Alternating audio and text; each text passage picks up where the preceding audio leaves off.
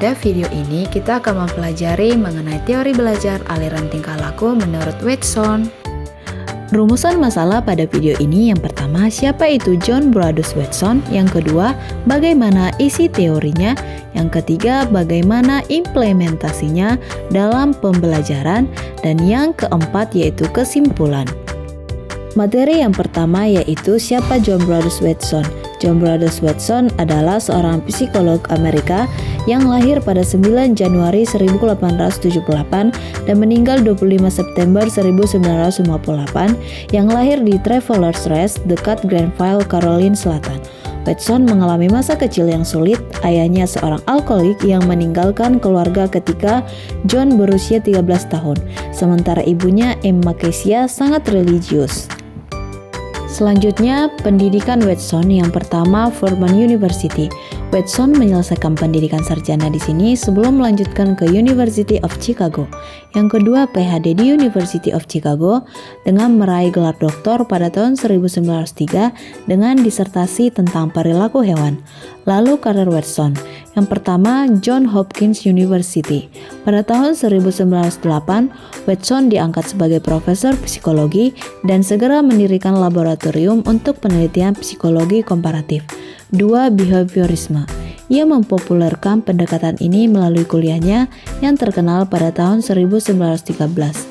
Lalu eksperimen kontroversial. Salah satu eksperimennya yang terkenal adalah Little Albert, di mana ia menunjukkan bagaimana rasa takut dipelajari melalui asosiasi.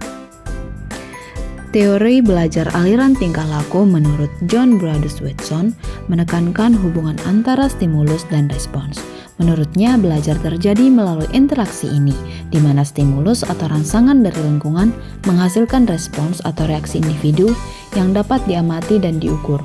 Watson berargumen bahwa perubahan perilaku adalah indikator utama dari pembelajaran, tanpa memperhatikan proses mental yang tidak dapat diukur. Teori ini juga menekankan pentingnya penguatan dalam memperkuat atau melemahkan perilaku tertentu. Pada awal abad ke-20, psikolog John Watson dan Rosalie Rainer mulai mengajari seorang bayi laki-laki bernama Little Albert untuk takut pada tikus putih dengan menggunakan prinsip pengkondisian klasik. Ini adalah karya mereka. Film ini menunjukkan beberapa fase penelitian mereka. Pertama, seperti yang kita lihat di sini, peneliti menunjukkan bahwa sebelum dikondisikan, Albert kecil tidak memiliki rasa takut terhadap hewan apapun, termasuk tentu saja tikus putih. Watson dan Rainer berusaha mengajari Albert untuk takut pada tikus putih melalui pengkondisian klasik dalam fase pengkondisian penelitian yang tidak difilmkan.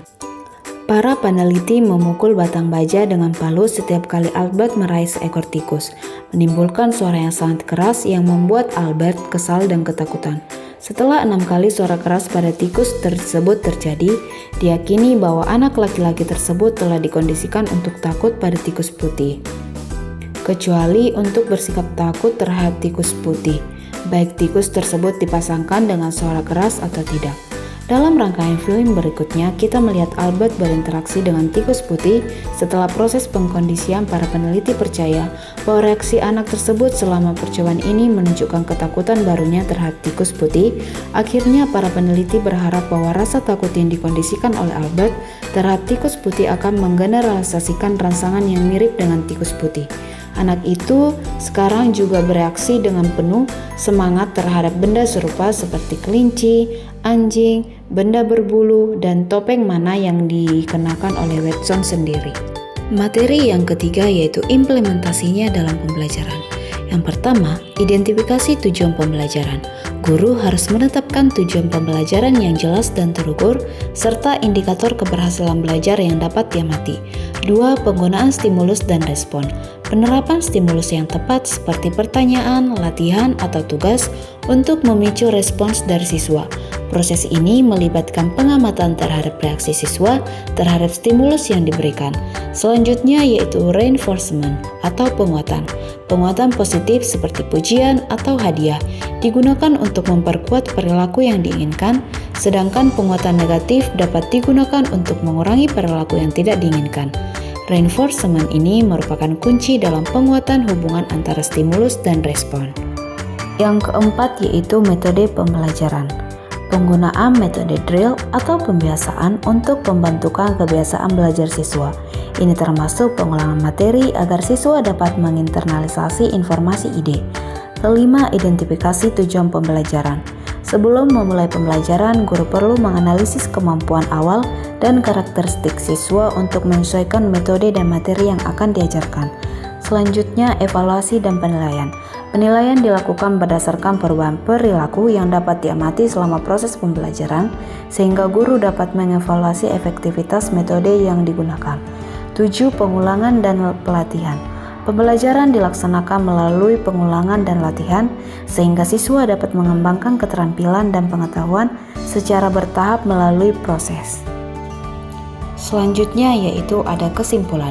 Yang pertama, teori belajar behaviorisme yang dikembangkan oleh John Brodus Watson yang berfokus pada pengamatan perilaku yang dapat diukur dan dalam hubungan antara stimulus dan respons. Dalam konteks pendidikan, teori ini memiliki beberapa implikasi penting. 1. Tujuan pembelajaran yang jelas. Penting untuk menetapkan tujuan pembelajaran yang spesifik dan terukur agar proses belajar dapat diarahkan dengan baik. Selanjutnya, penggunaan stimulus. Pembelajaran harus melibatkan stimulus yang efektif untuk memicu respons siswa sehingga mereka dapat belajar dengan cara yang lebih terfokus. Lalu, reinforcement atau penguatan.